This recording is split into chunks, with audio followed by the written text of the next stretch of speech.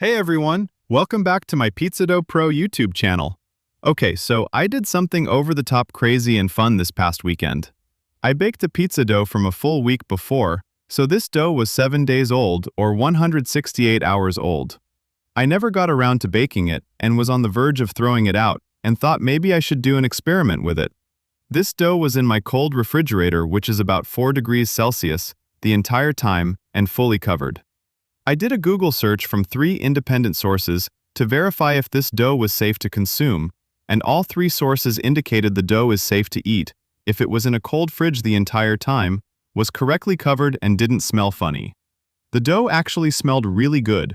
A really amazing twangy aroma is what I could smell when I removed the plastic wrap from the bowl. Look at that structure in the dough. I've never seen anything so complex. It really was very cool to see this for the first time in my own kitchen. I took a chance, and I'm glad I did. Experimenting is fun.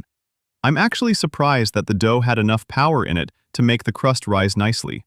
This pizza had feta cheese and hot peppers on it. A 168-hour slow cold ferment. Saying it like that makes it sound very impressive. Sorry about the fake-sounding voiceover, but it's really me who baked this pizza, the host of this channel and also Bake Like a Pro on YouTube. Well, that's it for this video. Thanks for watching.